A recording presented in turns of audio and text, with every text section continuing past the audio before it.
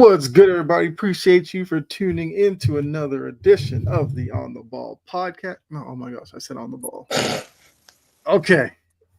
Woo, rewind that. To passion and precision. I am so sorry about that. I'm literally looking at you. Clearly, you're not Brett. You're not Dylan, and I said on the ball, so my fault. But I made uh, my appearances. true, but still, I should not have made that mistake. But appreciate you for tuning into another edition of Passion and Precision. We got a great show in store for you. You know, before we even get into all of that, I do have to bring on co-host. You know, Final Burns, the rants. You already know Jory Sports Stories. Jory, how are you doing tonight? I'm all right. Ready for the battle of the mid to end. Yes. I mean, the game has had some moments where it's been somewhat entertaining, but yeah, The for the Heat most part, really let the Hawks come back. it kind of tells you where both teams are. Like, that division was won by the Magic, who dealt with injuries all season and were a 41 and 41 team.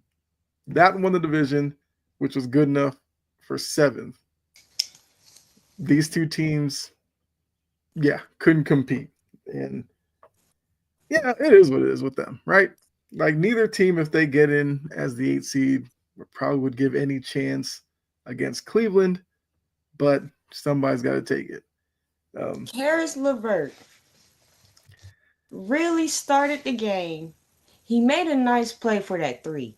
That mhm, was nice, I will mhm, say. yeah, And then he lost his mind. absolutely. I'm like, wait a minute. Since when do you run the floor? Hmm. I'm like, are you trying to show off? You make 1 3, and here we go. And this is why Atlanta can never do anything.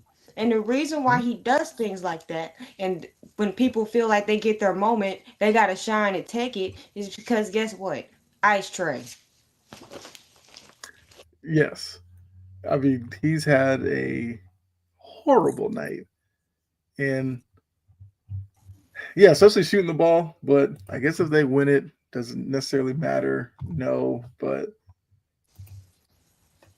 like, people know how I feel about Trey Young. I think he's a guy that, you know, some people make out to be some victim of the situation in Atlanta when he's a big part of that situation. I ask people all the time, name a player Trey Young has made better in Atlanta. I'll wait. Can't think of one. And that's been my problem with him. Hawks fans aren't sick enough. You could Yeah. have had Luca. Mm-hmm. Yeah. But Luca was an unknown. That doesn't play in Atlanta. They didn't know Luca was over there balling with for I think it was Real Madrid, which is like a legit Well, the front team over office should there. have done their research, and that's the issue with these Atlanta damn teams. The front Mm-hmm. office, they don't do the Yep. research outside of the Braves, and the Braves have their own goddamn issues. Mm-hmm. But at least with the Braves, it's like you believe if like there's two things you'll believe about the Yeah, Braves. You believe that once they get Acuna back, they'll take off, and you believe that if it really is starting to tank, the front office isn't going to just sit on their hands. Like, they will do something to fix the situation. Braves are the team you have the most faith in Atlanta. The Hawks, you could argue, are the most hopeless of the teams, and that's even mhm. with the Falcons and what they do over there. But at least for them, they have some talent. They just have to figure out how to put it all together. This Hawks team, it just seems like they're going to be a 40, 42, 39, 43 type of team every year. And that's apparently good enough because Trey Young can make an all-star team here or there, has a commercial here or there. That's good enough for them. So that's what they want. That's what they got. But we'll definitely be talking about, I guess, the playoff teams that do matter. Although the Hawks could be that eight seed in the East, but we'll talk more about the other They still series. don't matter. Right. We're gonna right, exactly. We're gonna talk about the other series that will be going on, as this is the eve of the first round of the playoffs. 4 games Saturday, 4 games Sunday. I'm ready for it. 'Cause I know a lot of people are kind of discounting the East as being, oh, it's just Boston, Cleveland, and whoever. I think it's going to be competitive. I think the West, good luck predicting the West. Like, you could name any number of teams to come out of the West and could probably make a valid argument for it. Like I said, we'll look at the series. We'll also give you a couple of top 10 lists because everybody else is doing one. Jory and I were like, well, we can do one as well. So that's what we're going to do tonight. And we'd love to hear from you in the comments what your thoughts are on the series and our list.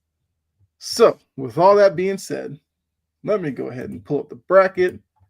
Let's go ahead and discuss what we're going to see tomorrow and Sunday. There we go. Let's see. Can't make it a little bit bigger. All right, there we go. Okay, so let's start. Let's start in the East. We'll save the crazy West for next. We'll just go right down the line here. So we'll start with the Cavs, only because they're the 1 seed. Got to give them the respect. Hawks, Heat. Do you think? I'm sure you probably think the Cavs have no issue with either one. I mean, do you have any breakdown for that series, or is it just like Cleveland better, done, move on? Hawks, whether it's the Hawks, the Heat, it's a sweep. Okay. Neither team has enough to deal with Cleveland. Mm-hmm. Granted, Atlanta defensively could make things a little interesting, but Evan Mobley can shut Trey and company and all of that crap down. Then you got Donovan Mitchell. Mm-hmm. And they're coached pretty well. They also have a couple other pieces. I can't think about their names right now. But Hawks, Heat, whatever. It's a sweep. Right. Might be rooting for Hawks. At least you get the DeAndre Hunter narrative with it. He'll be facing his old team, a team that seemingly, even though they drafted him in a pretty high position, kind of seemed like they didn't really know what to do with him. They yo-yoed him between starting, coming off the bench. Obviously, when you're dealing with Atlanta, you're overshadowed by Trae Young. And hey, what's going on, John? Magic might upset the Celtics. We'll talk about that in a little bit, okay? All right, John. You on? John's coming in hot. I appreciate it, John. But yeah, we'll talk about that series in a little bit. So yeah, I agree with you. Cavs, whether it's Heat or the Hawks, they should roll in that one. Let's get to some of these other ones. Bucks Pacers. I think that one could be interesting, especially with the Bucks finding out that Dame Lillard has gotten over the deep vein thrombosis. He's off of blood thinners. He will play at some point. He's not going to play in game 1. I kind of think they'll probably save him for game 3, especially if the Bucks steal one in Indy. Let him play game 3, first game in Milwaukee, and kind of go on from there. But kind of, how do you see this series shaking out? Like you just alluded to, Dame's health is going to be vital. I know he's not going to play game 1, but they need to keep monitoring him. Don't overdo it. They're probably going to have him on minutes restrictions. One thing that has to happen that probably won't. Kyle Kuzma has to dig deep and play better. Mm-hmm. I know it's a tough ask. Right. But he's got to do it if they're gonna especially because Indiana has the team that can give them problems. Mm-hmm. Kyle can't be a part of the issue. I'm talking about Kuzma, not you. He can't be a part of the issue. Mm-hmm. Also, Halliburton. I've seen how you play in the playoffs. You can't. He can't no show either. Mm-hmm. And they're gonna have to rely on more than just Siakam defensively to anchor that team. They've got to put in the effort.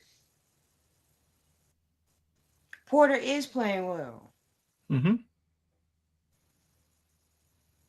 So I feel like you're leaning Bucks in this one. Yes. How many games?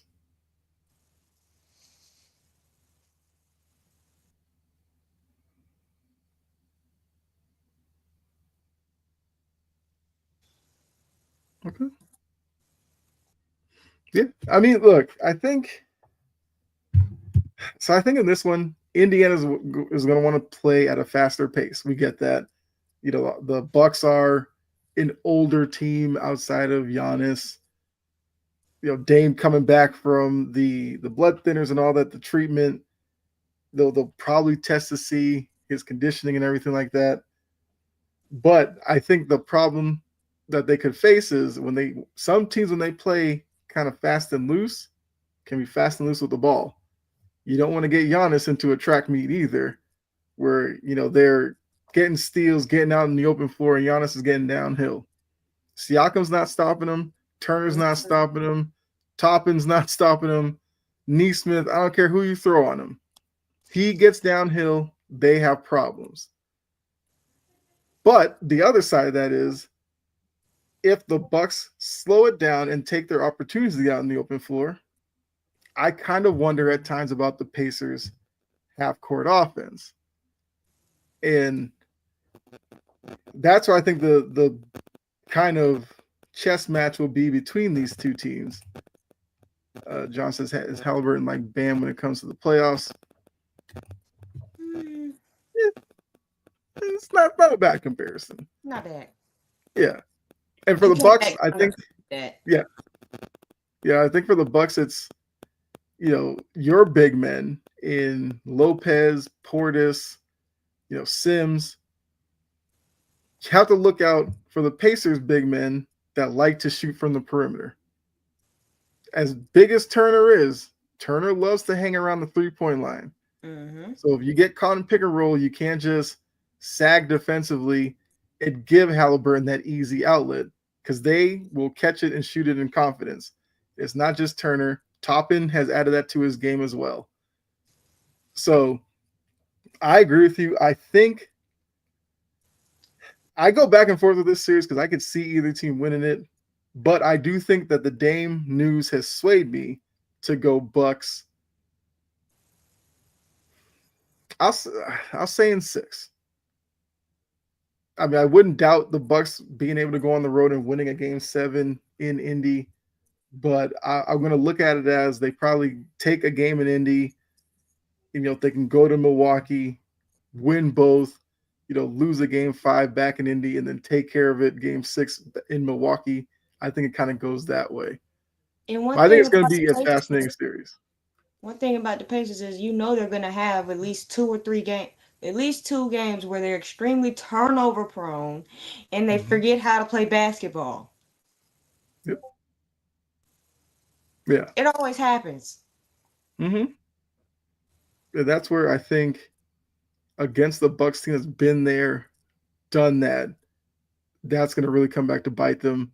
I'm also watching Doc because it seems like every year, if the Bucks don't go as far as fans and the team expect, and with the landscape that is around coaching, Doc's name will be thrown out there as whether or not he's safe, is he on the hot seat, is his job in jeopardy, stuff like that.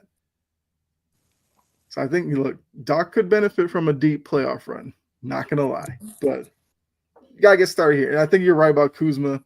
They made the trade for you for a reason. You kind of have to play up to it. He's only averaged 9 points a game against the Pacers this season. That's not going to cut it. That's not going to cut it.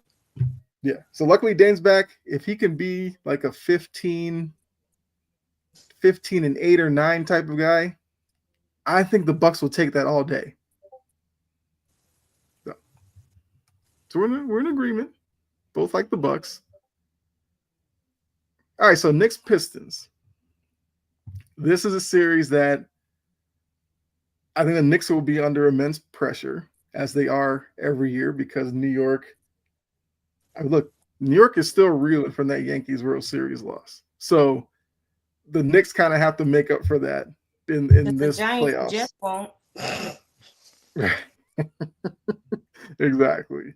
Um, yeah. So when you look at this series, it's battle of Cat, Brunson versus a Pistons team that I think a lot of fans may be introduced to in this series because they've been so bad for a couple of years now, but really turn it around. Cade Cunningham, Jaden Ivey, who is back from his injury, do believe. You have Bickerstaff, who was cast out by Cleveland because of their shortcomings, goes to Detroit, turns that program around. So how do you see this one going between these two teams? Knicks in 7. I mean, no. Pistons in 7. Okay. Look, I don't trust the Knicks. I don't. Like, first of all, the Pistons are tough. Cade's coming into his own. Jaden Ivey, the rest of them that they thought they couldn't play together, they figured out how to play together, huh? Mm-hmm. I don't know what Monty was doing, and to think that I defended him. That is interesting because Monty came from Phoenix with a high regard as this great coach, and they lost what 20. What was the losing streak, like 26 games in a row or something like that? Mm-hmm. Basically the same team, Bickerstaff, tripled their win total. Like, that's crazy. But yeah, keep going. Cat, you do what you do in Minnesota in the playoffs.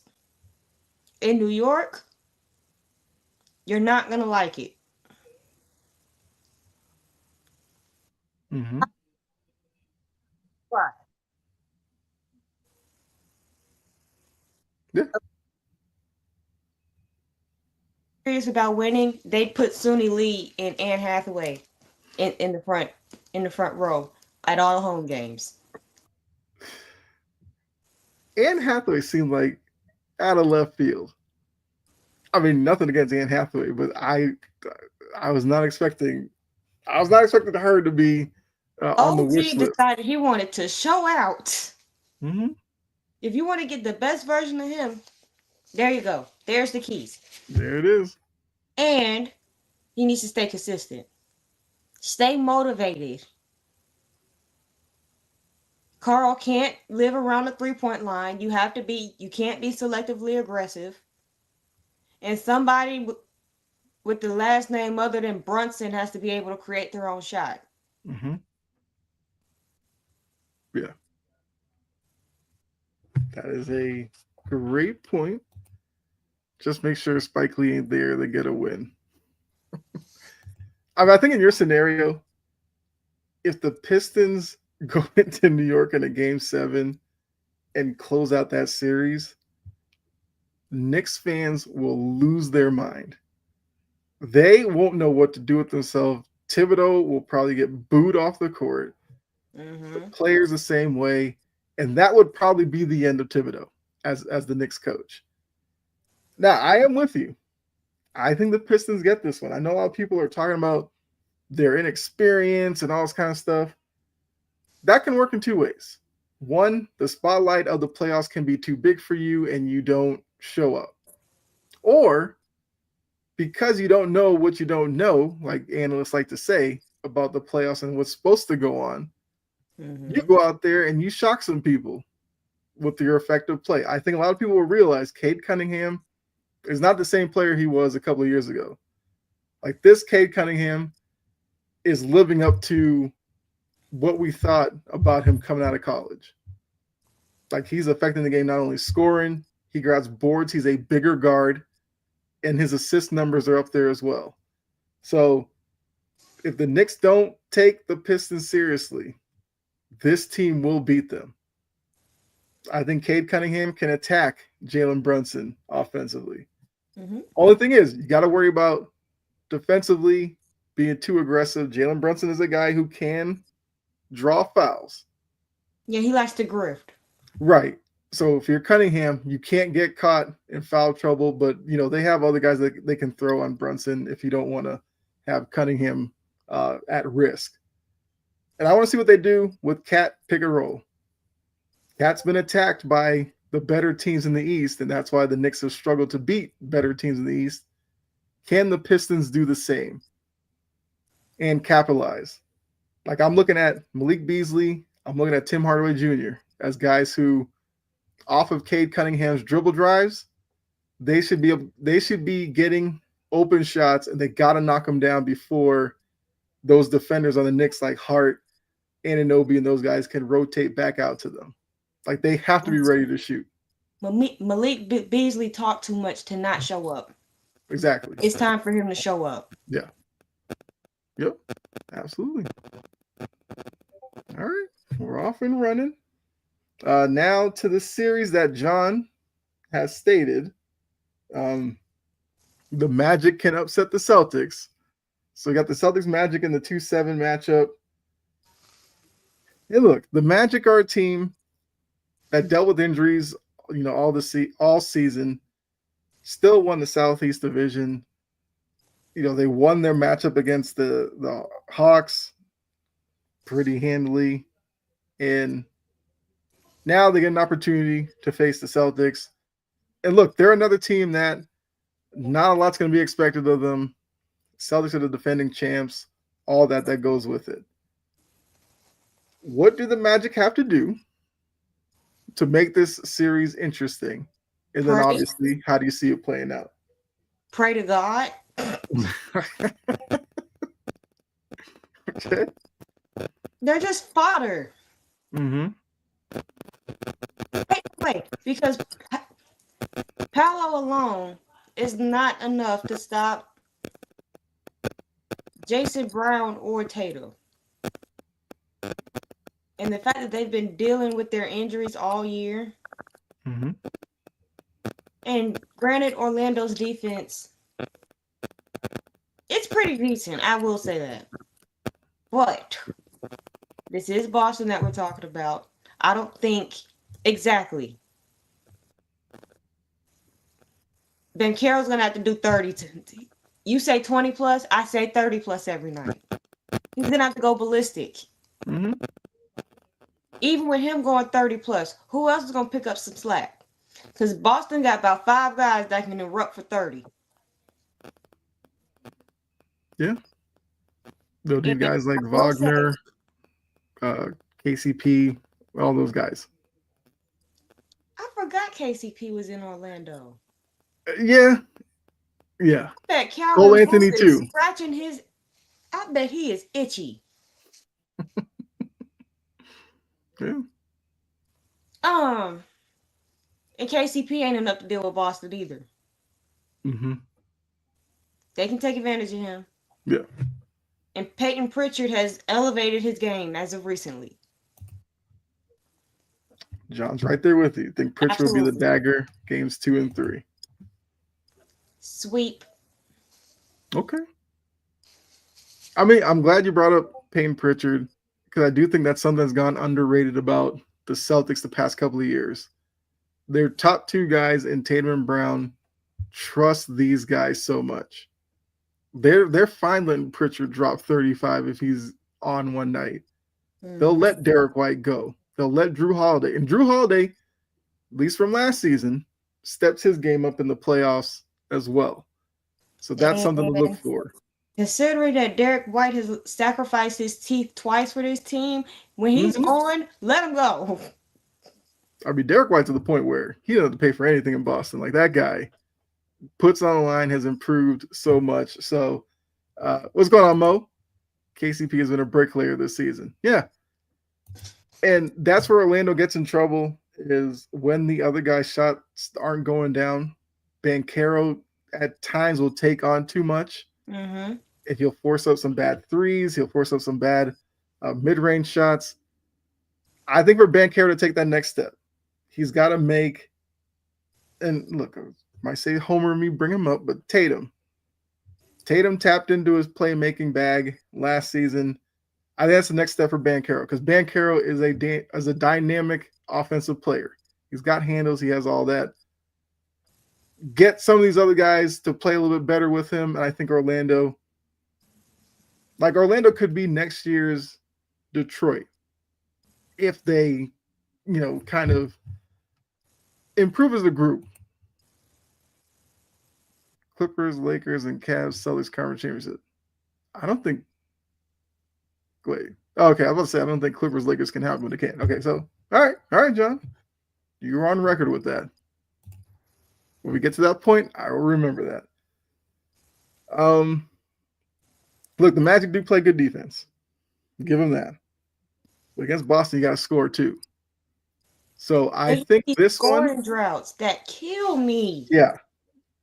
You cannot against Boston. You absolutely cannot go on a 6 to 7 minute scoring drought. Mm-hmm. If you play Boston and Boston happens to be in 9 times out of 10, they're going to be on.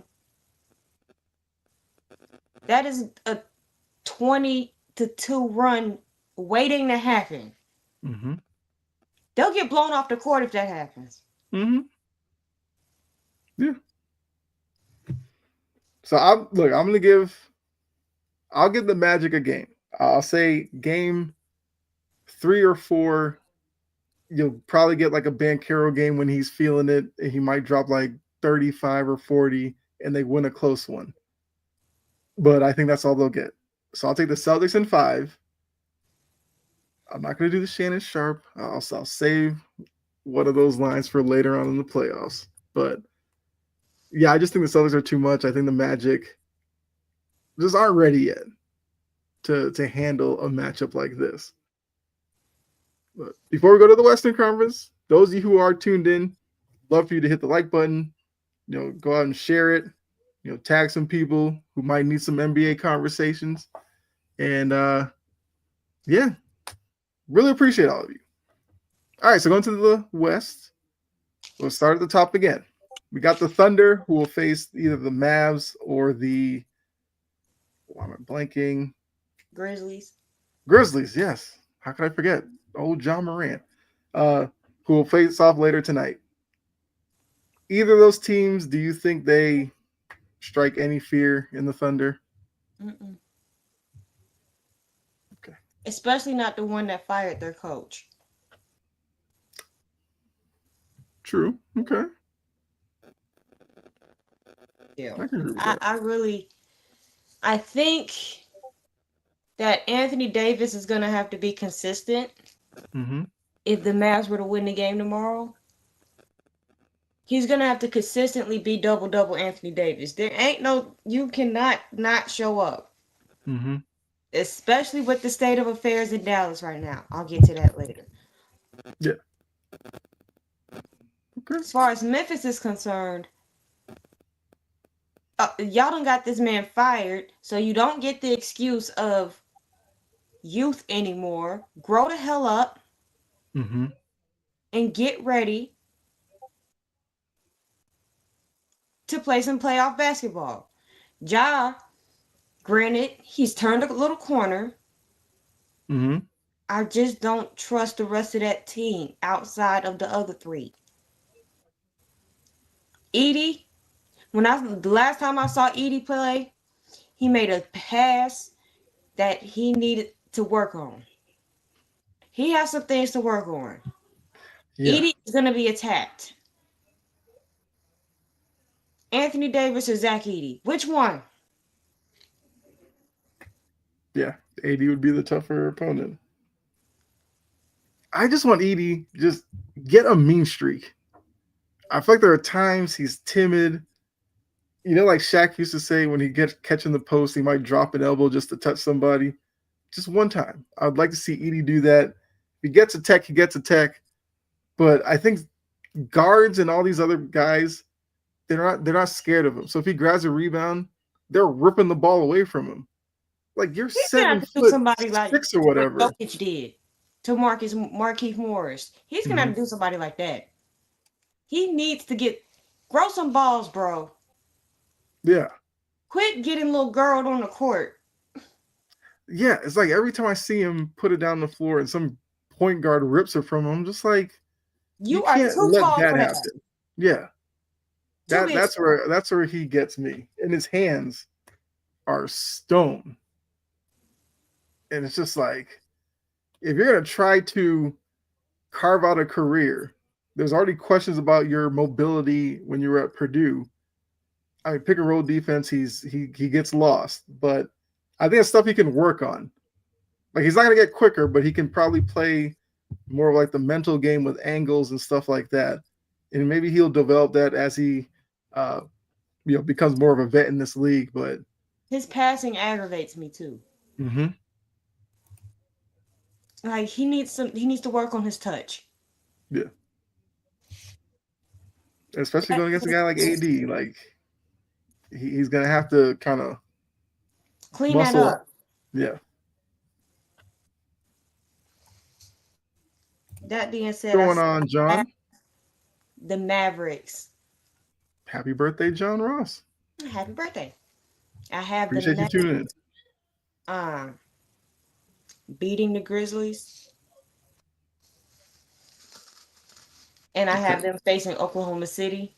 Mm-hmm. And I have Oklahoma City winning in 5. Okay. Okay, so I'll just let you know. I literally just heard my dad scream it out. And I'm assuming it's because the Hawks lost because he's one of those people like me living in Atlanta, just does not like this Hawks team. I looked at the score. Yeah, the Heat are about to knock out the Hawks. So good.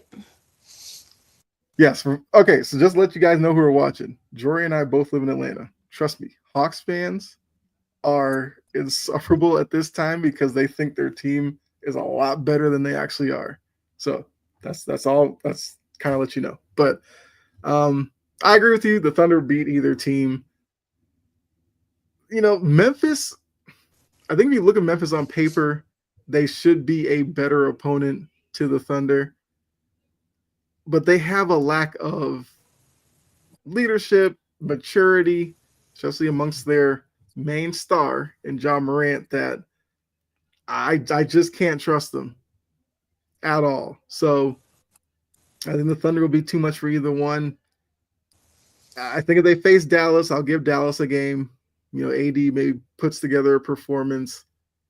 Against the Grizzlies, I feel like if the Thunder win the first 2 in OKC, the Grizzlies will pack up and gladly take a sweep.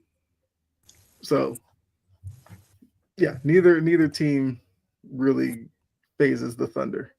Leadership and defense is trash in Memphis. Leadership for sure. Yes. Well, defense, yeah, because a lot of the defensive problems are kind of spearheaded by teams just going at Edey. Sometimes you feel bad for him, but it's just like, this is what the NBA is, so you're going to have to adapt to it. Eat his lunch. Yeah. What's going on, Key? All right, let's keep going. Nuggets and the Clippers. Now, if you're listening to John, who's got the Clippers making it to the Western Conference Finals, he obviously would pick pick the Clippers to beat the Nuggets. But with this matchup, I guess, how are you seeing this one playing out? Who are the key players in this one that will decide the series? It's a star-studded series. Joker, Murray, Harden, Kawhi, Norman Powell, MPJ. I mean, kind of stretching to that point, but yeah, what do you see going on in this one? I will say the Clippers do have a healthy Kawhi. Mm-hmm. My question is he going to stay healthy? Fair question. Last time they went on one of these type of runs, he had a catastrophic injury in the playoffs. I'm not trying to speak it in existence, but I do question that. Harden, I question. Mm-hmm. Because I know where he is in the playoff. If it comes down to a game 7,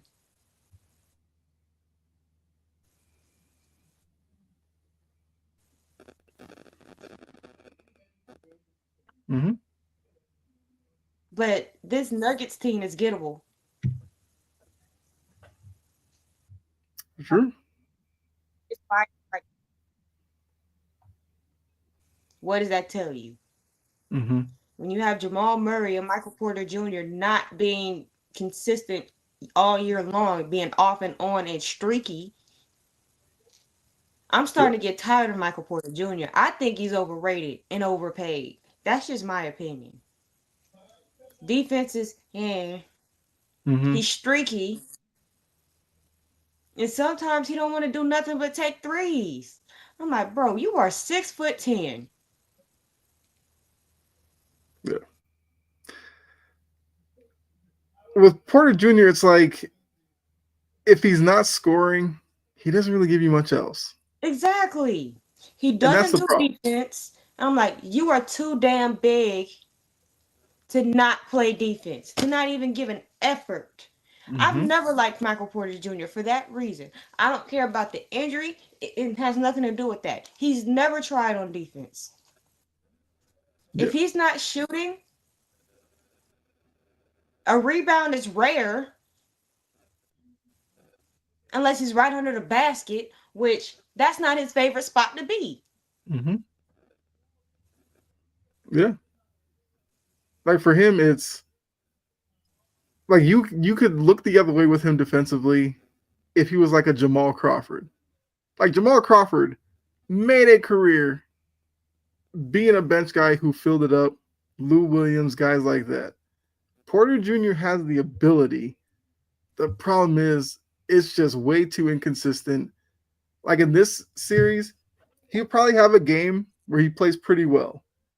And then the other ones you'll be like, come on, man. Like Jokic is looking for you. He needs you right now. And what are you doing? And I think that's going to be the problem here with the Nuggets. And Jokic has got to do a lot, which he's kind of used to at this point. And if you're the Clippers, it's like, can Zubac hold his own at least against Jokic? He's not going to slow him down. He's not going to stop him. But just make it a little bit tougher on him. Be a little physical with him without fouling, obviously. Because I like Zubac's game a lot. He's an underrated guy on that Clippers team. Like he gives them muscle down low. He's a good rebounder. You know, he'll offensive rebound. He got putbacks. He'll set screens. He'll roll. Like he'll do all the little dirty work things, and he's gonna have to stay out of foul trouble if the Clippers want to win this one. And like you said about Harden, Harden has to be consistent because we've seen plenty of series like when his teams get down, he's the first one who's ready to kind of throw in the white flag and just give up. Absolutely. Can't do that. And Kawhi, we know how talented Kawhi is when he's on the court. He's got to be on the court. You can't just sit there and just pass the ball and defer to Kawhi. Mm-hmm. Right. So how did you have this one going again? Who'd you have winning this one?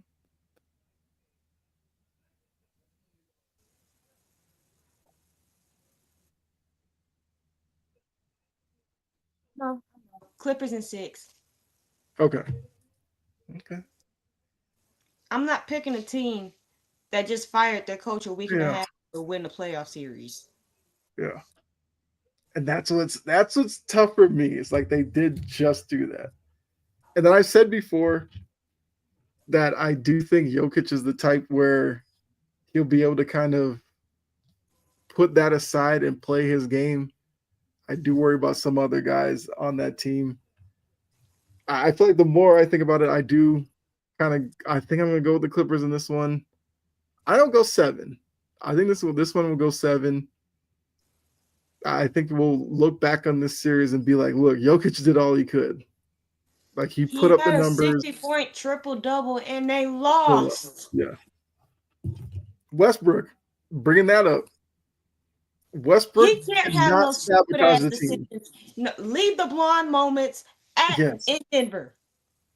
That's where Westbrook frustrates you. You love his motor, but the emotions will get to him and he will just black out and just make silly little plays. So he The can't do blonde that. moments, leave them elsewhere. Yeah. Yeah. Absolutely. All right. Let's go to a series near and dear to your heart. Got the 3-seeded Lakers, 6-seeded Timberwolves. So you as a Laker fan, obviously you'll be coming at this from a different viewpoint. I'm just gonna ask you, what about the Timberwolves worries you, if anything?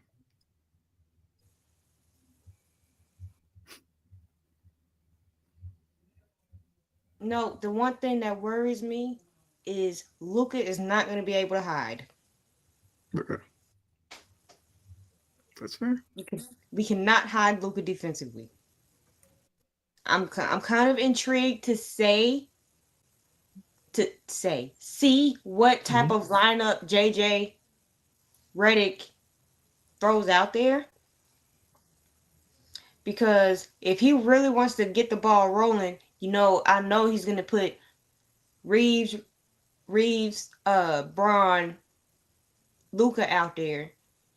Offensively, if he wants to get it rolling, he'll put Finney Smith and Rui out there. But then he's gonna have to switch it.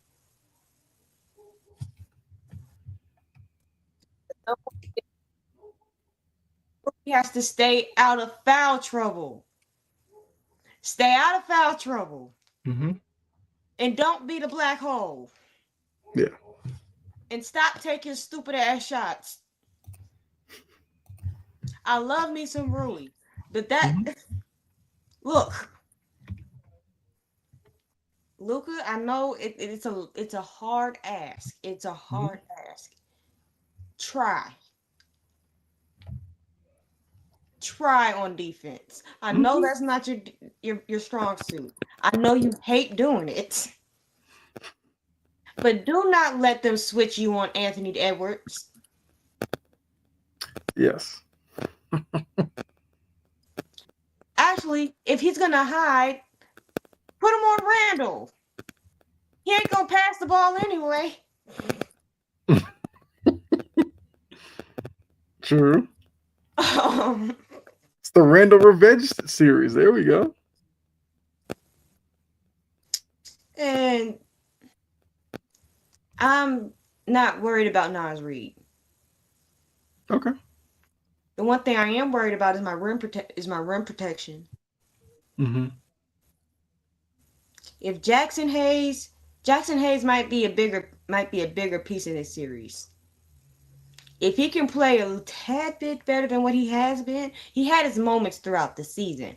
But if he can at least try to lock down that perimeter, be a little bit better, dig down. Because I know what he can do on a little bit on the offensive line in the paint. We can't get out rebounded.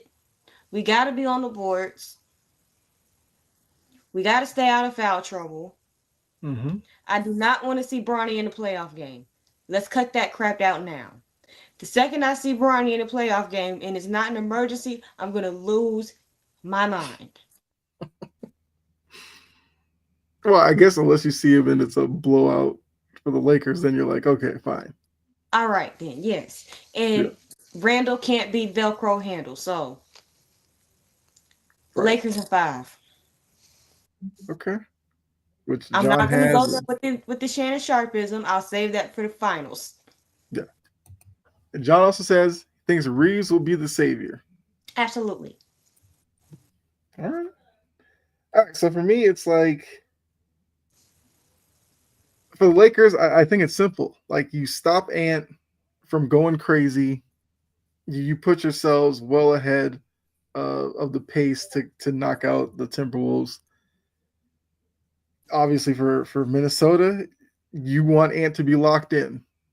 And the times where I kind of roll my eyes a little bit with Ant, he has a little Westbrook in him where sometimes the emotions allow him to kind of do some crazy stuff, whether it's the heat check 3, when you're so gifted at getting to the rim, continue to do that. or it's like maybe some antic with a ref where he gets a tech, or we've seen him with some questionable celebrations on the court as well. Like he needs to be locked in. He has to be the best player in this series if the Timberwolves want to have a chance. And that's gonna be a tough ask when you're asking him to outperform basically LeBron, Luca, and Reeves collectively. Like that's Minnesota's hope right now. So I think where the Wolves will also have to try to make some ways is attack the perimeter defense of the Lakers. It can be a flaw for them, especially if you have guys who can knock down perimeter shots. But that's also so much of a question with Minnesota. I don't know if they're the team that could take advantage of it anyway. Whoa, whoa, whoa, whoa, whoa, whoa, whoa, whoa, whoa. Hold on. John, Oh, John, yeah, I mean, go ahead. what you on? What you on? Because why would they fire him and they won 50 games with him and we don't have a rim protector and the depth is questionable and why would they fire JJ? And there's questions around this team. They need to fix the team. It's not JJ's fault. He doesn't have a rim protector. Now, if I find it ironic if somehow Anthony Davis finds his way back in LA. Okay.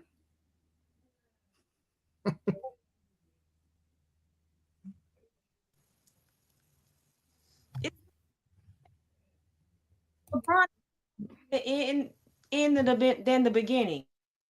Mm-hmm. Foolish to keep letting Braun to let Braun run everything when he's a Mm-hmm. they went and got Luca. That's exactly why they went and got Luca. Yeah. They Yeah, I need think that more. I think that was a sign that yeah, LeBron, they think he's calling stuff or whatever. But they obviously have post LeBron in mind when you go and get Luca. So I don't think I feel like what JJ's done, the leaps and bounds that he's made with the group, I'd find it hard to believe that he would be one and done. Like they would have Even if to that probably get did happen, swept, but it's like they'd have to get swept and it'd have to look ugly each game to even think about it. I don't think that's happening. So I feel like he's okay. Oh, he's saying like he doesn't have them losing. He's just wondering. I got you, but yeah, still I, ridiculous. I don't think the Lakers would be some of these other teams that you might question whether or not they made a panic move and making a change at the head coaching position, Mm, especially when JJ's up for Coach of the Year. That'd don't be be a dumb. pretty odd look. Yeah, I just had to pay that. You can continue. I just had No, to. you're good. You're good. Um, yeah, I mean, I was basically just saying like I just feel like between Luca Reeves and LeBron, they'll get it done. I'll give Ant a game where he goes crazy. I think this is another one where it's probably done in 5, maybe 6. But if it's gonna go 6, somebody else had to step up. Whether it's Mike Conley or somebody had to have another game where you're like, look, there's nothing the Lakers could have done with that guy that night. I think it's 6 tops, more likely Lakers in 5. Next series, last series in the West. This one, I've seen some, predictions all over the place with this one. Rockets and the Warriors. And John, yes, but I think Redick is a better coach than Vogel. So there is that. Even though Vogel got done dirty by Phoenix right after, but that's Vogel's story. Um, so yeah, Rockets Warriors. You have the veteran presence, the championship caliber Warriors from the past versus like the new kids on the block in the Rockets. What wins out here? The youth and athleticism of the Rockets or the veteran presence with the Warriors?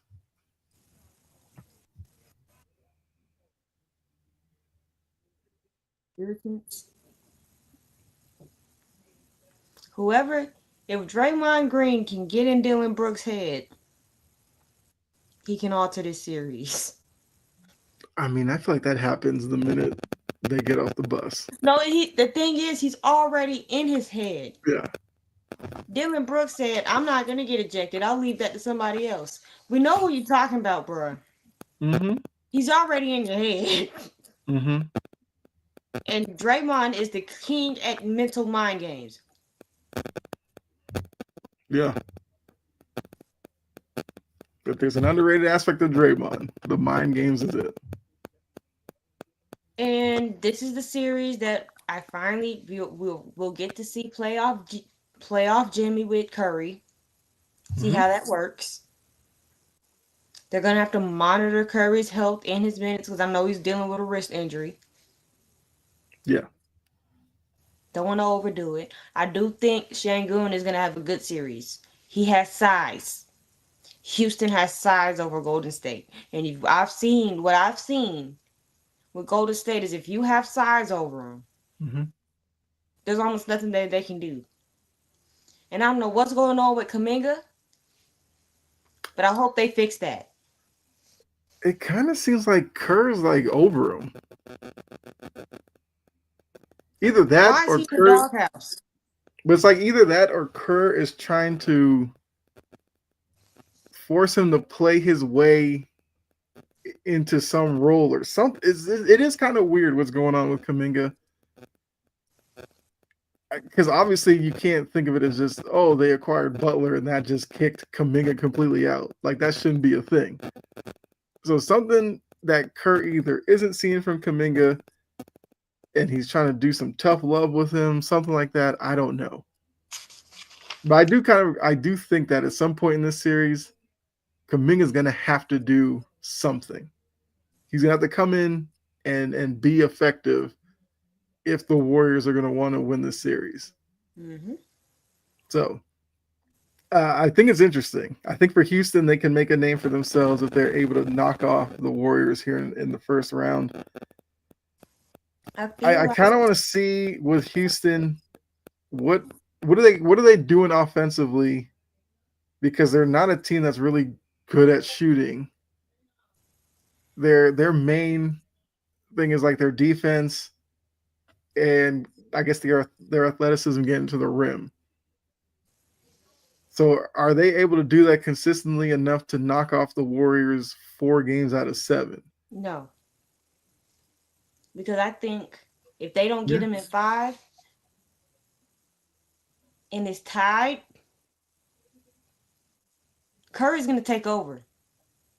I think that's a really good point. Yeah. The longer this series goes, like the more you kind of tip the scales to the Warriors, because they've been in that kind of territory before.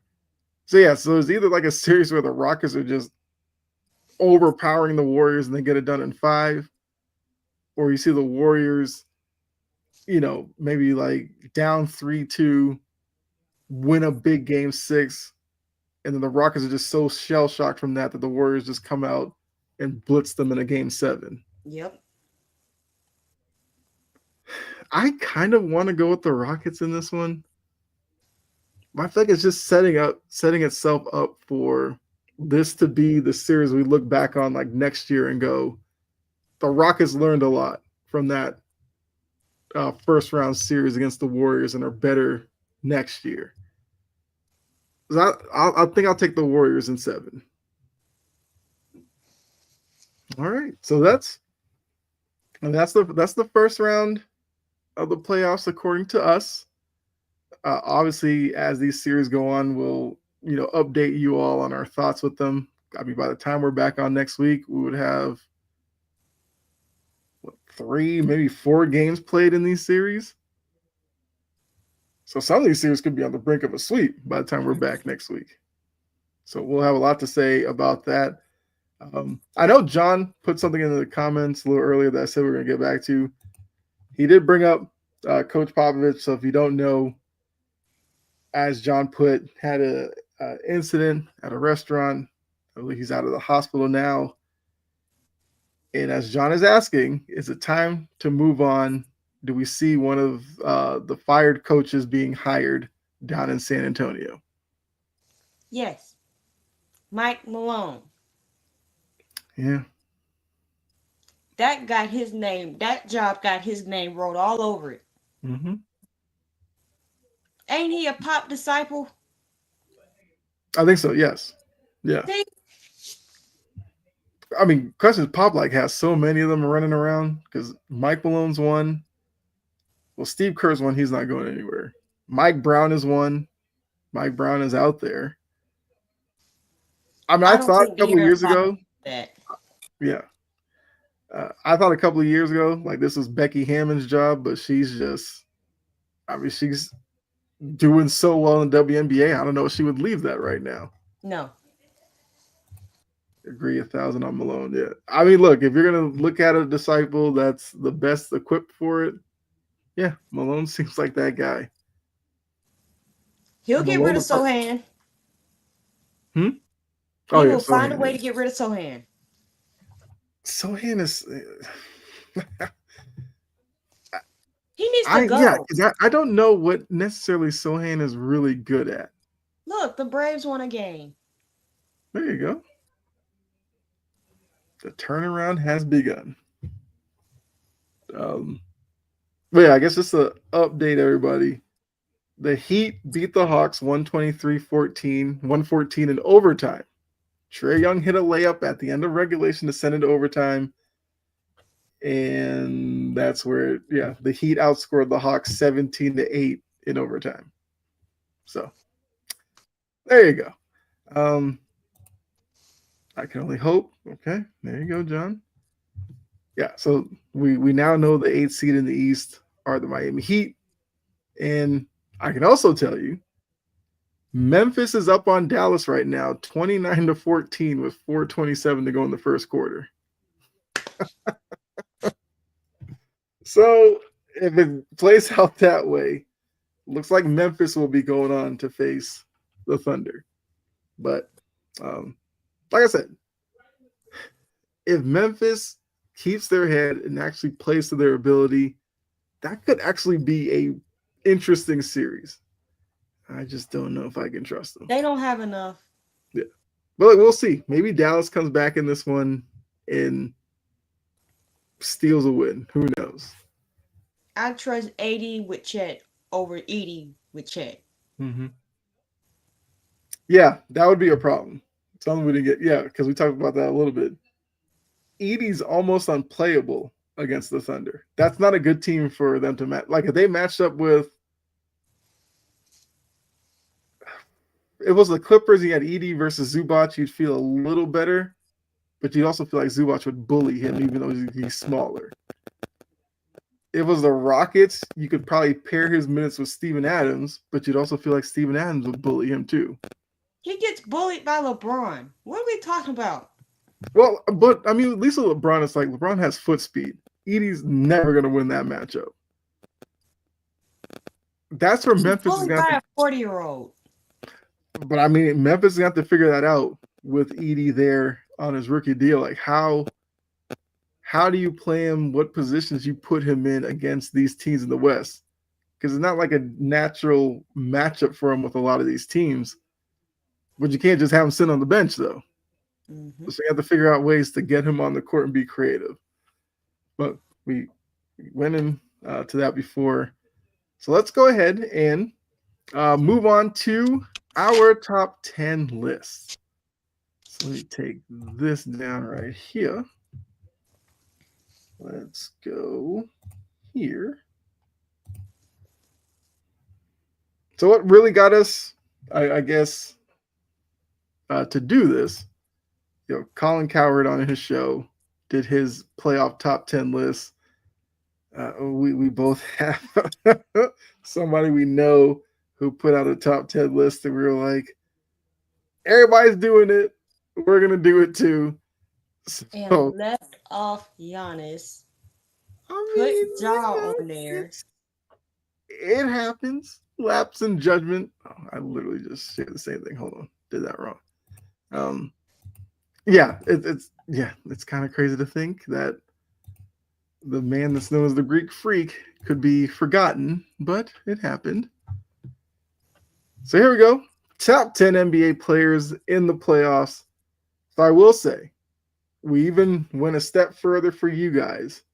I'm going to do a list that's just the top 10 players, just speaking uh, top 10 guys performance wise that are going into the playoffs.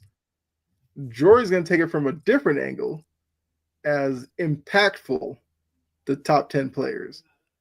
And don't expect to see, obviously LeBron, Luke, and all that. No, she's looking at like the unsung part of the others on these teams that will have impact on these teams going forward. So, just letting y'all know that as we get into it.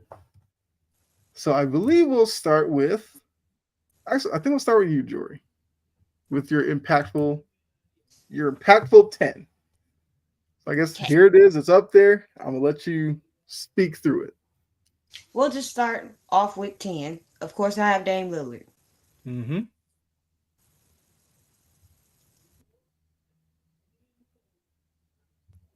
Superstar on my list. This is not about superstars. Mm-hmm. Impact players throughout these playoffs. Dame, now that he's healthy and they're going to have to monitor him, I think that, like we said earlier, that switches the momentum in Milwaukee's favor by a lot. Chet, number 9. Chet, self-explanatory. Yes. Just John, yes, SGA is not on her list because she's looking at the other guys. Yeah, we all know what SGA can do. There's other people on the Thunder too. There's already 2 Thunder people on the list. Yeah. Chet, what he does on the interior, the fact that he can shoot. Mm-hmm. He make what he does when he's healthy. Mm-hmm. Makes what him and J-Dub do. Makes the Thunder deadly. Mm-hmm. Good. How are you doing?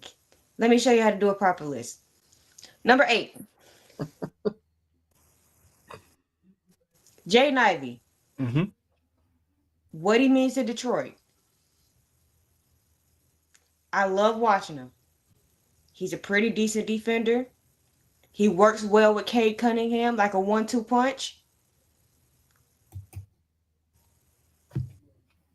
Very good off ball. Yeah. I like his catch and drive ability. Yep. If he's on, the Knicks got to worry about him. They just can't double Cunningham. You got to worry about Ivy too. Cat. Speaking of the Knicks, Cat. If Cat doesn't want to be selectively aggressive, and if Cat can get in the paint and stop acting all soft, he will have a lot of impact for these Knicks. He'll help them. If he's consistent, if he don't, no show. Okay. We'll get into that in just a second. If he don't, no show.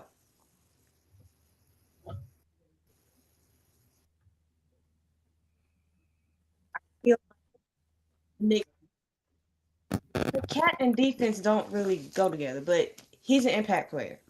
He helps their chances if he's on. Brunson. The Mavs. See, I forgot about the Cavs. See, I tried to go for everybody, but mainly Darius Garland. I would Garland put is a good one. List. As an honorable mention, let's just go ahead and slide him in because I just forgot about the Cavaliers. Usually the Cavaliers aren't in this spot. Mm-hmm. But Brunson, he's New York's Mr. Everything. Stay out of foul trouble. Then we go to our top 5. Derek White, the man, the myth, the legend, the one who sacrificed his teeth twice for that team. Mm-hmm.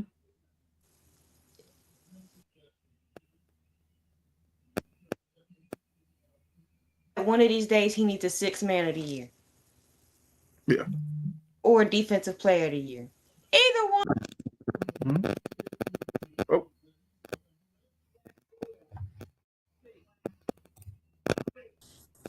There we go. Bringing you back on. There we go. Another reason why I really don't give the Magic a chance. Mm-hmm.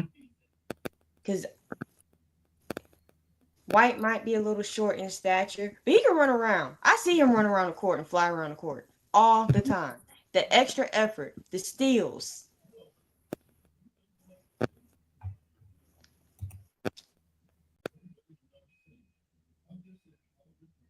The problem with Boston is you can't properly rank them as 2. 1 and 2 is Jason Tatum and Jaylen Brown. Mm-hmm. After that, you can go 3, Drew, 4, Derek. Şengün, I love his development. I love what he can do on the inside. I love how he works the paint. He's gonna prove that he's gonna be Golden State's detriment. Mm-hmm.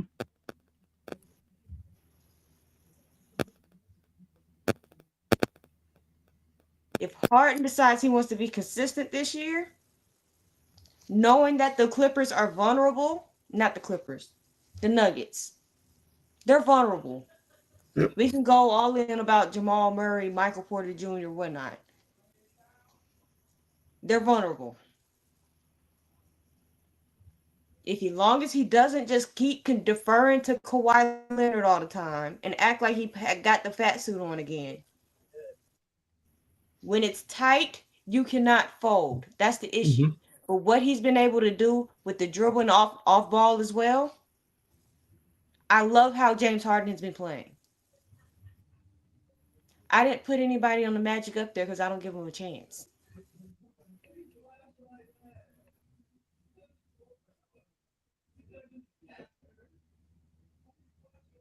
Now, he's transformed his game miles since the start of the season.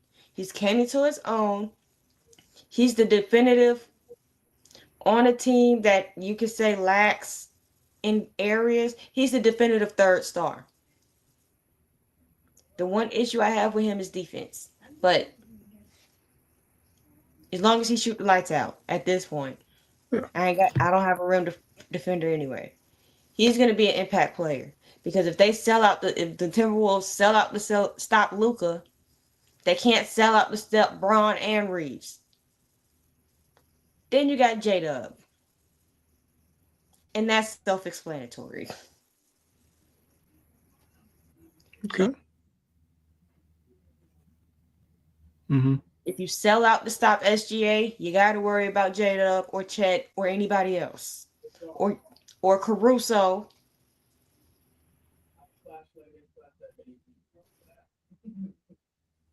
Honorable mention. Rui. Like I said a couple of minutes ago, stay out of foul trouble. Mm-hmm. I will say Naz Reid.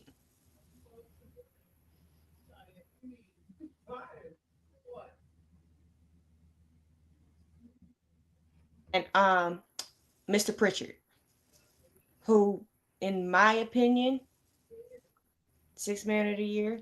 Like, I think Austin Reeves should win Most Improved Player of the Year. Mm-hmm. That's just my list. Okay. I mean, look, I think it's a good list. Like, these are all players that, if any of these teams were to fail at the ultimate objective, you would look back at their performances and say they may not have stepped up enough to help support the main people. I think Jalen Williams is a good number 1 because I believe in that series against Minnesota when they got eliminated, he had a tough showing. So a lot of these guys are guys who could bounce back off of last season not playing well, which is why when John brought up the Cavs and you said Darius Garland, I think that's a great honorable mention because he struggled against the Celtics mightily when they needed him, when Mitchell wasn't able to go in that series, and he came up small. So yeah, Reeves, Harden. Look, Harden, we've talked about a few times. Kawhi's going to need him to be the James Harden that facilitates. Obviously, has to knock down his perimeter shots, get to the line. He has to be locked in with Kawhi if the Clippers are going to do anything. And then the rest of the list, like you said, is pretty well explanatory. All right. So you took impact. I'm going straight top 10. Oh, John does have a question. Kind of surprised you had Sengun over Van Fleet, but they tip his hat. I like Sengun a little bit more than Van Vliet. Okay. Sengun is younger. Yeah. All right. All right. So here's my list. Feel free to go at it, people. I went straight top 10, and I feel like some guys in their position may create a reaction. I'm here for it. So I'm going to go through this real quickly. I got Jokic number 1. The man just finished up the season, 30-point triple-double. It's hard not to put him as a number 1 player going into the playoffs. He's so dynamic offensively. He does so much offensively. And just look at the splits when he's on the floor versus off the floor. Like, I had to put him at number 1. 2, I went SGA. Arguably the MVP this season. I do think Jokic has made a great claim to get another one, but we know this season's kind of been SGA's to lose. And he's the best player on the Thunder, best team in the league. So he has to be playing at this level if the Thunder are going to make the finals, if not win the finals. I'm not saying I have them winning it, but they have the pressure on them to perform, and he's got to be the guy that leads that group. I went with Giannis 3 because when I think about the Bucks, and this goes back a few seasons now, the Bucks are only going to go as far as Giannis can take them. Giannis is still one of the more dangerous players in the open court with the ball in his hands. We know he covers crazy ground in a few steps because he's just that long-legged. And, you've seen improvements in his game. His mid-range game is better than it was when he first got in the league. His three-point shot, when he does choose to show it, I feel like it's a little bit better. Could still be better, but I think it's hard to keep Giannis out of the top 3. I mean, he's probably going to be up there in MVP voting as well. But, yeah. 4, got to go with my guy Tatum, even though Windhorse wants to be like, what disrespect. Look, Tatum showed last year that he can impact the game in so many ways, whether it's with his rebounding, which I think is underrated part of his game, his ability to ball handle, his assists, the attention he draws from opposing teams, and him making the correct decision out of that action to help guys like Peyton Pritchard, Derek White, Sam Hauser, Drew Holiday. Those guys get open shots.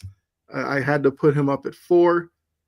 I got Luka at 5 because look, Luka's a gifted offensive player. There's no taking that away from him. He will hit tough shots all day. Yes, the questions are there defensively, but like you said, Jory, you don't need him to be some lockdown defender. Just be a guy who can move their feet and at least not be an instant blow by opposing guards.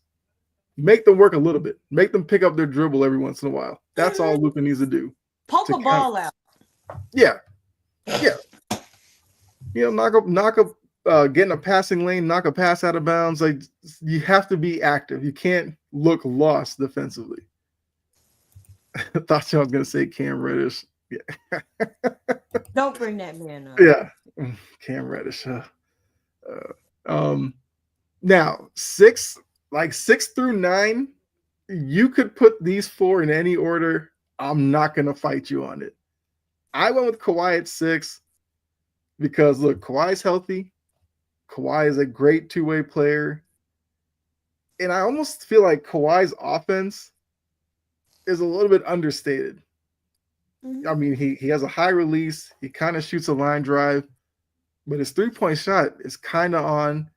He can play in the post, play in the mid-range. And like I said, defensively, long arms, great anticipation. And if this Clippers team is going to kind of do what a lot of people think they're going to do, he's going to be the reason why. You know, Jory did touch on James Harden for her impact list. And yes, James Harden is going to have a part to play in this, but Kawhi's got to be on the court and be the best guy on the court most of the time for the If Kawhi Clippers. is not on the court, James Harden is not going to try. Right. So Kawhi's going to be the one that they're going to kind of fall behind as the leader. He's not a vocal leader, but he does it with his play. 7, I went with Ant. And I think Ant, because of his, ability to get to the rim, as I said before, I think the emotions he plays with, for the most part, help him out. Sometimes it does sabotage him. I get that. But I feel like he's coming to his own his last couple of seasons. I do think his improved three-point shot, defensively, he has his moments where he can play really good defense. That's almost like sometimes with the emotions getting to him, he will kind of give you a cheap, silly foul. He needs to cut that out. Mm-hmm. As I said, would love to see more of his playmaking ability this year in the playoffs, because that's going to be their best chance against the Lakers. 8, I went LeBron. And look, some might say, oh my God, you have LeBron at 8. I mean, he's 40 years old. There's only so much you can really ask him to do at this point. Offensively, you know what you're going to get from him most nights. He'll give you 20, 25. I know you talked about JJ and hiding Luka. I think what JJ has done defensively in terms of with like LeBron a little bit, having him play a little more like free safety type defense has really helped not only LeBron, but the team defensively. So he's going to have to obviously continue to do that against a Minnesota team that it's going to be very easy to just lock your eyes on Ant and watch him. You do have to worry about the other ones because you don't want to let the other guys beat you. So I got LeBron at 8. 9, I got Steph Curry. And I may have knocked him down a position because of that thumb wrist injury, whatever. I want to see if that, like, the deeper they go, does that become more of an issue with it being on his shooting hand? How will he react the first time somebody swipes down and hits him? Because I saw in the playing game, he took a shot and it did kind of aggravate it a little bit. He's like holding it behind his leg or whatever. But Steph Curry is still Steph Curry. He's still a dynamic three-point shooter. He still has to do so much for the Warriors offensively. But the hope is obviously that Butler can take some pressure off of him. Yeah, I mean, I have him in the top 10. I didn't leave him off. I just got him at 8. And as I said, 6 through 9, you can put him in any order. Like, I think the gap between those four, very, very close. And then 10, I had to show love to Cade Cunningham. I know some might ask, oh, no Donovan Mitchell, no whatever. Go look at what Cade Cunningham's done this year, and you'll see why. He's a 26-point per game guy, I believe 9 assists, and 7 boards. Cade Cunningham has taken his game to another level, and if it goes the way that I think his series against the Knicks, he's going to put some people on notice of just how good he is right now. So I had to put him at 10. Like I said, if I had to go honorable mentions, I would put in that 10 to 15 area. I would go Donovan Mitchell. I'd probably go Jaylen Brown, but Jaylen Brown's dealing with a bit of a knee right now. But we saw Jaylen Brown last year in the finals, what he can do defensively. I'd probably go Evan Mobley, who's a guy who deserves a lot of love for the improvements that he's made to his game that has Cleveland where they are right now. Like I said, Donovan Mitchell and I don't really think I'm missing anybody. Like that would probably be my. Oh, I guess Butler. I'd probably put like the 15th spot or something like that. But just want to shout those guys out. But this is the 10 I have. Like I said, y'all can I get disputed as you want in the comments, but that's what I got. I guess any thoughts from you, Jory, about the 10? It's well explained out. Okay. Like I said, 6, 7, 8, and 9 was the toughest. Ja ain't on there. Where's Ja? Well, I guess since they're about to beat Dallas, maybe I would put Ja like 15, 16. I'm kidding. No, I know, but that's where Ja would kind of fall for me. I think Ja has the ability that he should be top 10, but I just think some of the I don't know. I guess the leadership would have to knock him down a little bit for me. So that's why he wouldn't be near my top 10 right now. So, yeah, that's what I got. All right, let's keep on going. So, yeah, actually, we're going to go into final burn because we were just going to talk some NBA playoffs. We went through it all. Like I said, we will definitely keep up with it. I mean, we probably will revisit our top 10s maybe at the end of the playoffs and see, did we miss anybody? Did we miss the boat on anybody? Especially for me. Because I'm putting a lot on Cade Cunningham having a great series against the Knicks. If he falls flat, I might look like a fool not putting a Mitchell or Mobley or somebody in that spot. So. All right. So if you're new to the show, well, also if you're here at this point, make sure like button, share, follow, subscribe, all that good stuff. He says Josh should be on the impact list. It'd be hard to take off anybody that Jory had to put Ja on it. That would be the only problem. Also, if Ja was that impactful, should they be in the position that they are right now as an 8 seed? I think that's where, yeah. Like I said, Ja should be up there on our list. But I did have a stretch of the season where he did not play well. Let's not forget that. Mm-hmm. Don't forget just because he played well the last 2.5 weeks of the season, I'm not gonna forget what I saw for 2.5 months. He had a bit of an underwhelming season, yeah. Now, he is a guy that I will say could benefit from a good run in the postseason. It's not going to last long, but if he put together, let's say they lose to the Thunder in 5, and he's like legitimately the best player on Memphis, keeps the games close, I think that could do a lot for Josh standing. I will say that. Oh, I think that was a follow-up question I had for you. The player that needs a deep playoff run more than anybody else. It's Ja. But they're not getting it this year. You don't fire your coach and then go to finals. No, that's not how this works. That's not how the NBA gods works. So if there's a team that you could see go far, who's a player that needs that? He wasn't hurt enough to not play.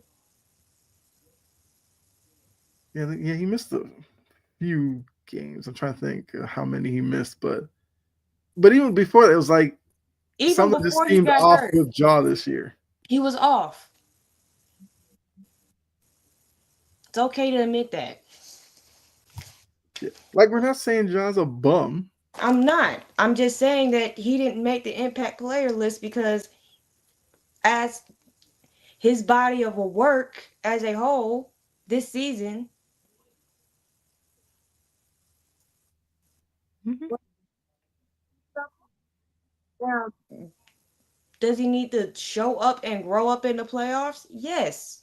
Is he very talented and could he have a major impact? Yes. But no. And no. Just because he got hurt, he still played.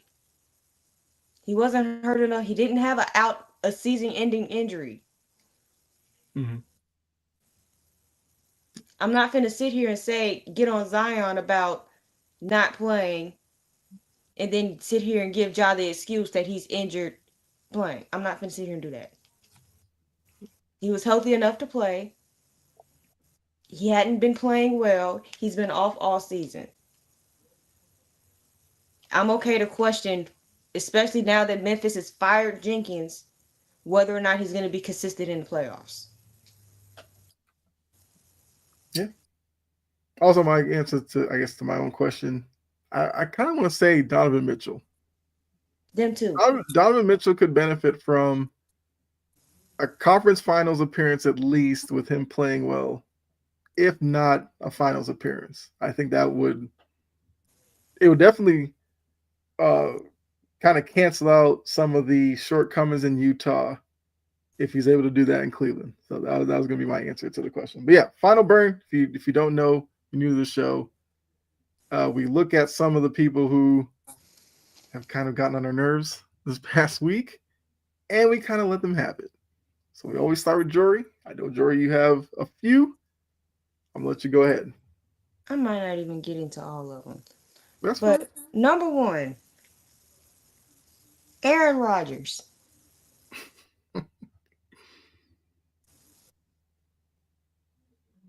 Retire.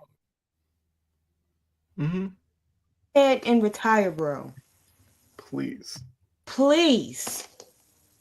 I get so sick and tired of them, of the media, and you getting on the media, trying to be all condescending and a smart ass.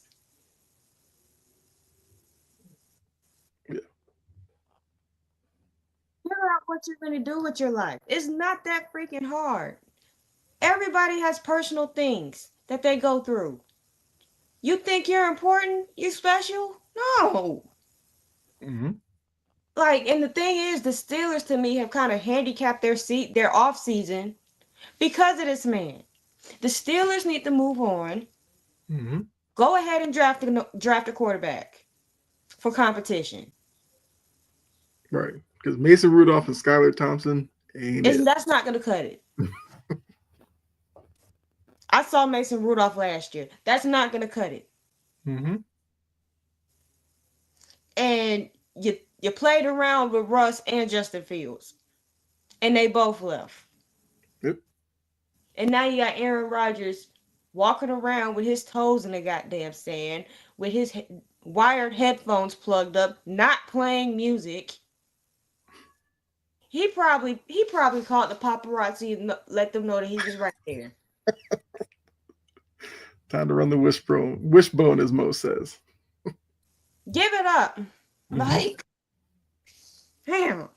Nobody the Steelers need to operate as, I don't have time to deal with the condescending prima donna smartass who feels like who can't make a decision. Mm-hmm. I don't have time for that. Number two, the Mavericks. Shut up. No, that's not strong enough. Shut the hell up.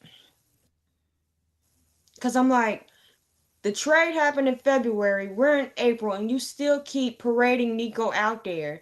This time, you damn cowards wanted to say no cameras and no audio recording equipment allowed. Mm-hmm. Like a bunch of softies. Like, you're going to hear it anyway. And the same people you didn't want to hear that press conference, they were already firing. They were already chanting fire Nico for months anyway. Like, this charade is tiring. It's exhausting. Give it up. Mm-hmm. And for Nico to sit there and say, keep doubling down on defense, ask what defense wins championships. I'm kind of with Luka when Luka said the way to hear how he's talking is crazy right now. Yeah.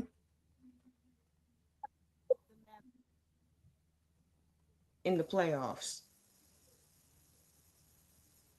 in the short term. Because realistically speaking, the way this trade is set up and all this other stuff, you're only going to get about 2 to 3 good years of Anthony Davis anyway. Yeah. 80 is also a solo show tonight. He has like 20. The next highest scorer has like 6. So good luck with that. Yeah. Then you have Sassy Ass Smith.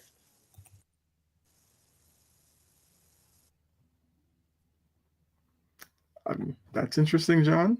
I would agree. Steelers go get Sam Howell. But yeah. Oh, yeah, Stephen A. Oh, yes. Please get it going on him.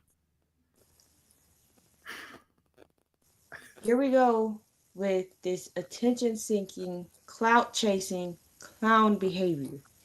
Matt Ishbia had a right to say what he said after you called him the worst owner in history. Mm-hmm. Do you not forget that you say inflammatory BS on First Take?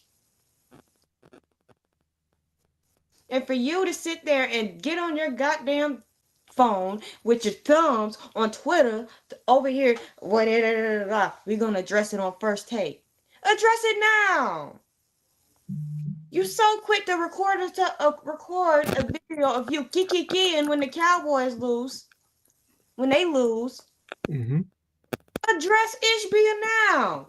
I'm tired of them wasting precious viewer minutes or our precious time, my attention, which is that of the net anyway, to sit here and address Matt Ishbia. Go do that crap on your little messy ass podcast. Like, I'm tired. I'm tired of this is the direction that we're going in sports media. Mm-hmm. It's BS. He keeps doing this crap, dedicating 10 to 15 minutes to explain his personal beef. We don't give a damn. Talk about the game. Talk about the Pistons. Talk about the Rockets. Talk about something else. If you're going to talk about the Suns, you talk about how they're badly constructed. It's ridiculous. And people keep eating it up like it's a piece of cheesecake or something. Quit giving this miserable crap attention. Like, good Lord, it's annoying. And the next thing I want to go in, I think I'm going to cut my list a little short. So I'm going to go ahead and let you go. Okay. I wanted to get on Nico Yamayeva, whatever, him, but he can wait. He can wait till next week. Okay. Let's go back to baseball.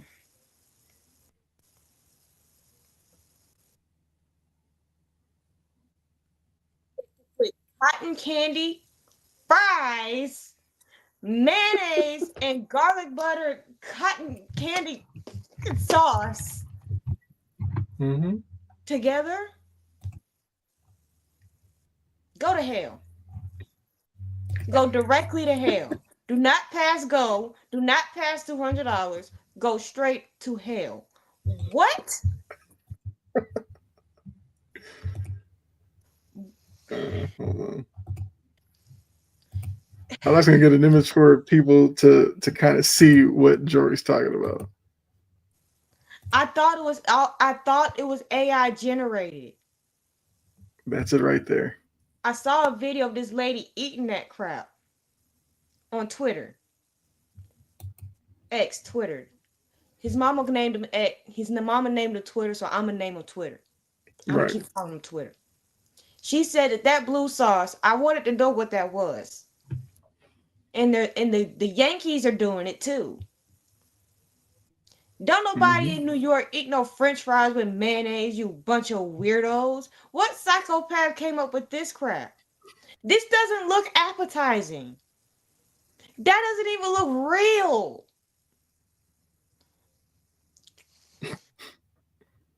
Like I said, these Cotton candy, ballparks will try. They'll try anything. So I'd love cotton to know at the candy end of the season how popular this fries, thing was. cotton candy fries, garlic butter, garlic cotton candy sauce. That's what the blue stuff is. I'm Mm-hmm. like, I'm y'all's plumbing better be on 10.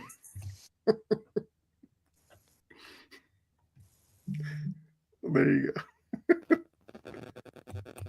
In Alabama, they like to put ranch on their fries and drown them in fries. I think that's nasty too.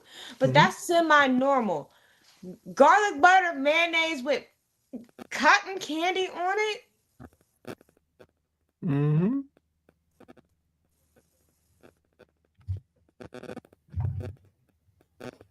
That's baseball. Put in with me. It makes my brain short circuit because that equation is not valid. Mm-hmm.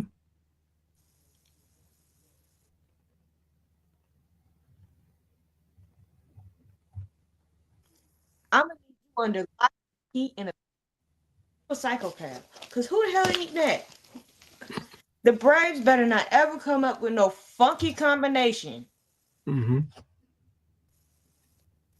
I want keep the fries, keep the loaded fries, and if you want to add a turkey leg, do that. There you go. Instead of doing little stuff like that. You playing with food. Food is too expensive to be doing stupid crap like that.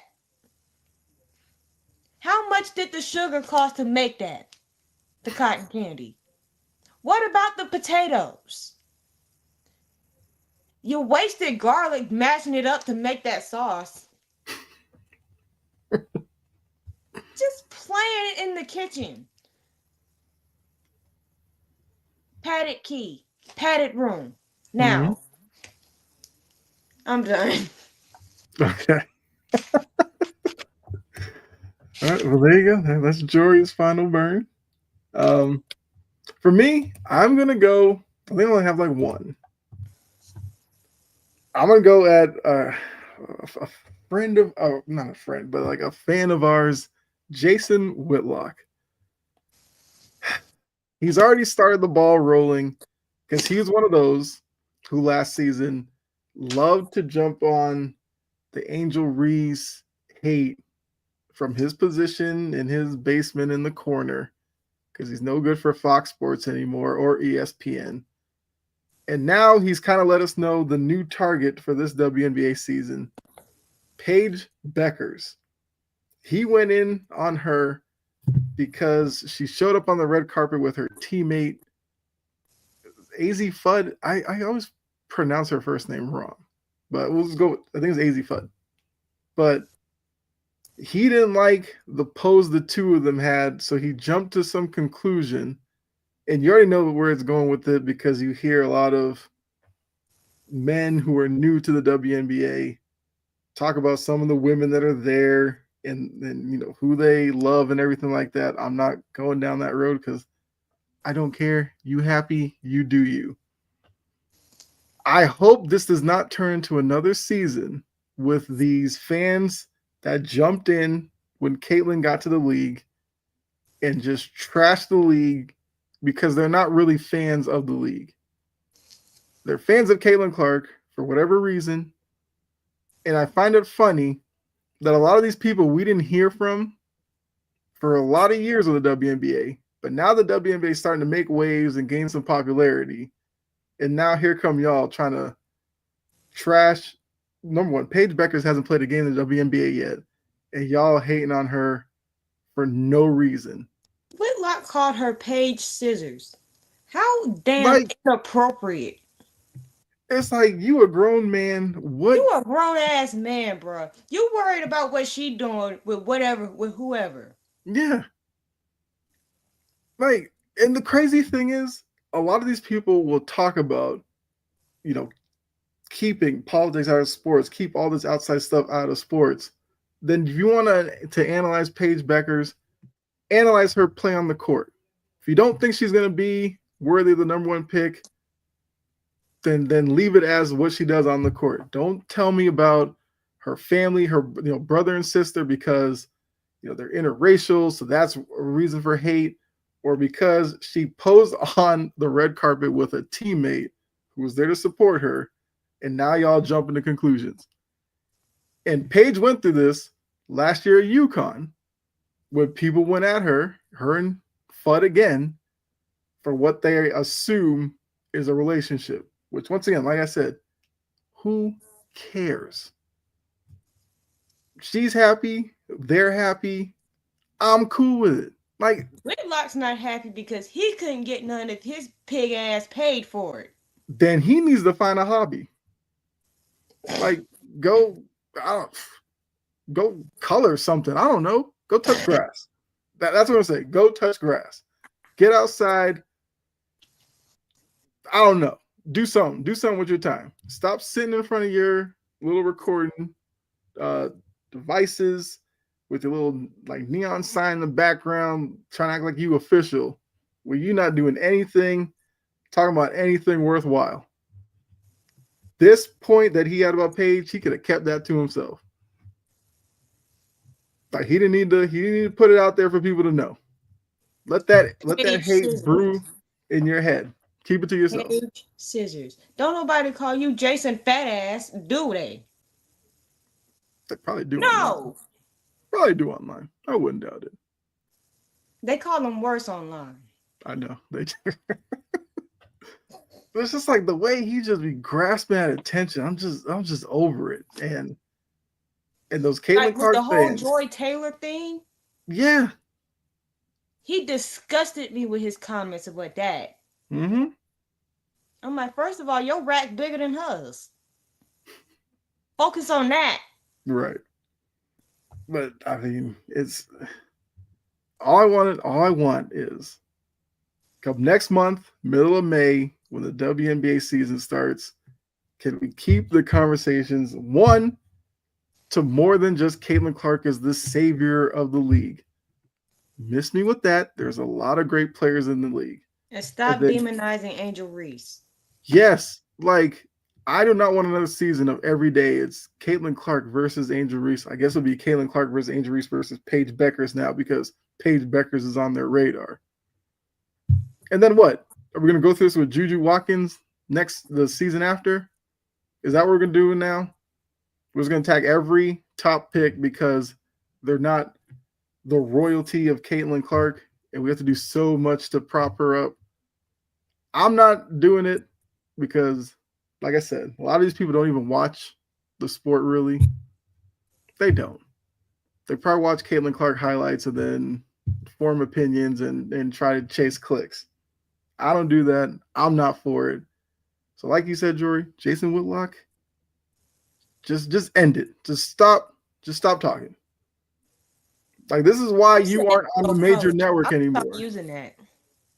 You said to go color. I'm going to go use that. I mean, they got adult coloring books, it's probably a good time. Let them try that. Go to Put bed. his anger into creativity with a coloring book. Go to bed. Do something. Crack open a bottle of wine and call it a night. Like, whatever keeps you from saying stupid stuff like this, please try that. That's like Paige doesn't deserve it. Paige's brother and sister don't deserve the parents because we know it's a family that's not like the traditional one. So we gotta hate on it because we don't know. Like, just let it go. Right. Yeah, I mean that's all I had. I was gonna probably burn on Trae Young, but I'll save that because burn who? Trae Young. I just can't with him. You know what? I'm gonna go a quick one. I'm gonna do a quick one. Atlanta, stop this, okay? Stop parading Trae Young out there as your number one option. It's not gonna lead to anything. This isn't really a burn. It's like my final word on the Atlanta Hawks. The season's over. Flip the lights off. Highlight Factory shut down till next year. Please entertain trading this man. As long as he's in Atlanta, you're not going to win anything. Build around Jalen Johnson, Reese Shea, a Kongwu, I don't care. But to sit here and go through another play-in scenario with him, what was he like 2 for 13 in the first half? Like, what are we doing? But then people want to act like Trae Young is underrated. Underrated where? He has a couple of good series against the Knicks, and people act like he's some victim in Atlanta. He's part of the problem. He's the problem. He's the main problem. Like, how many times I had to see him defensively look lost or completely give up on plays? I saw a couple of times he was guarding a guy. He followed him maybe halfway across the court and then literally just stopped. It was like somebody else take him. You can't have your best player be like that. Mm-mm. And there's a reason why. I wouldn't even have thought about him for a top 10 list for playoff performance, even though they're not in the playoffs, but he would never be on my list. I've seen his act too many times. I'm done with him in his regular season glory to then fall short in the playoffs.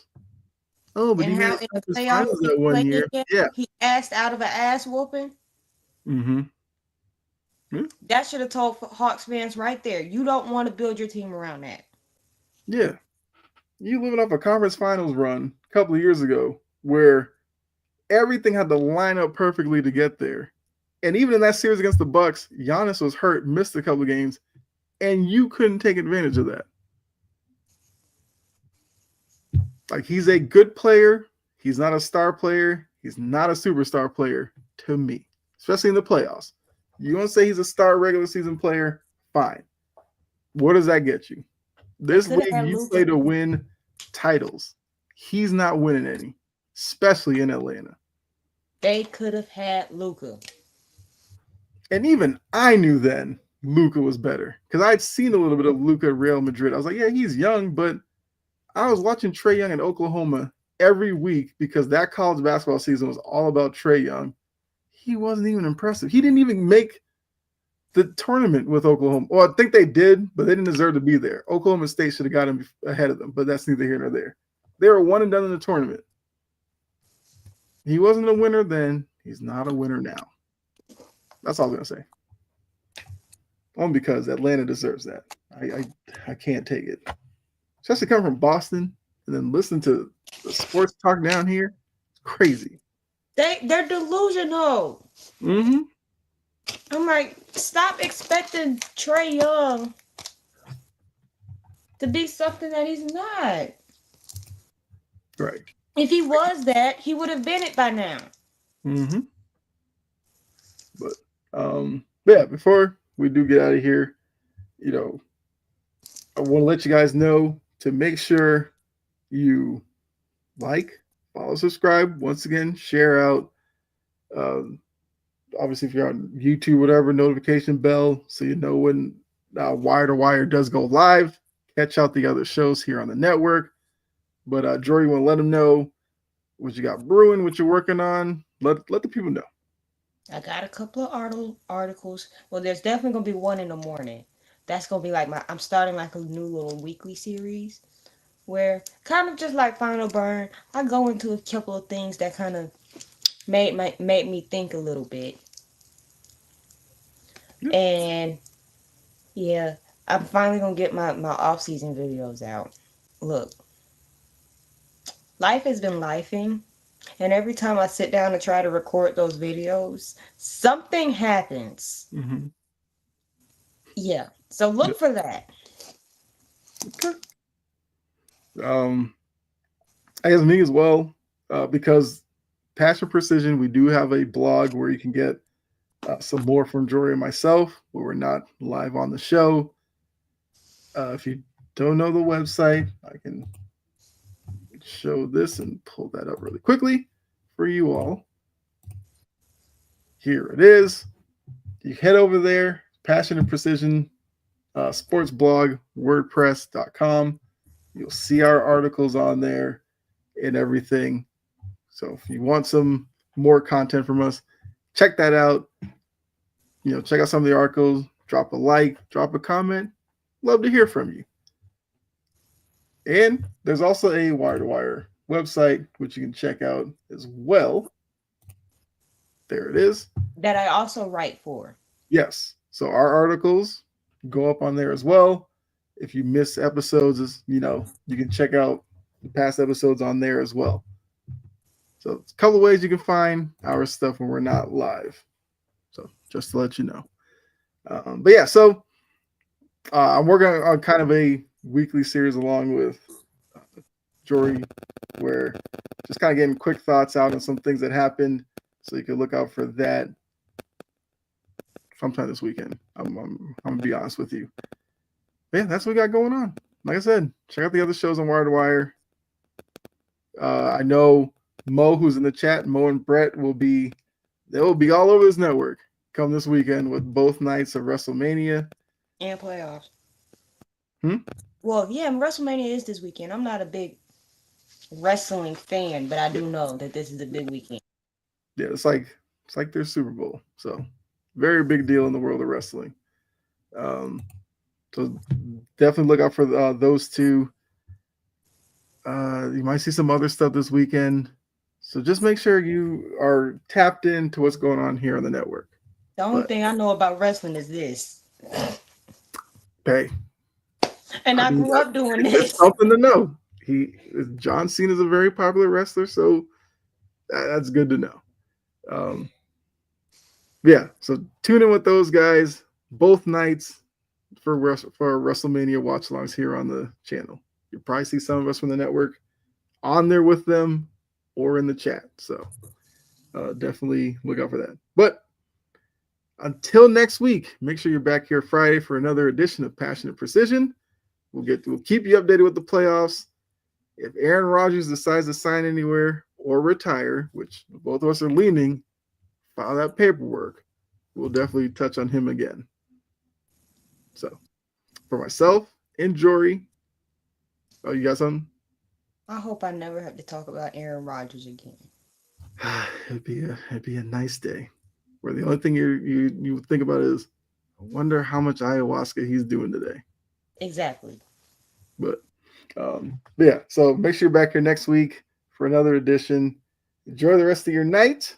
Enjoy your weekend. Enjoy remember, 4-game Saturday, 4-game Sunday, NBA playoffs. Enjoy that. Enjoy the WrestleMania, NASCAR, PGA. I don't know, whatever you're into, enjoy it. And we'll be back here next week. All right. My phone will be on Do Not Disturb. There you go. All right. Good night. See you guys.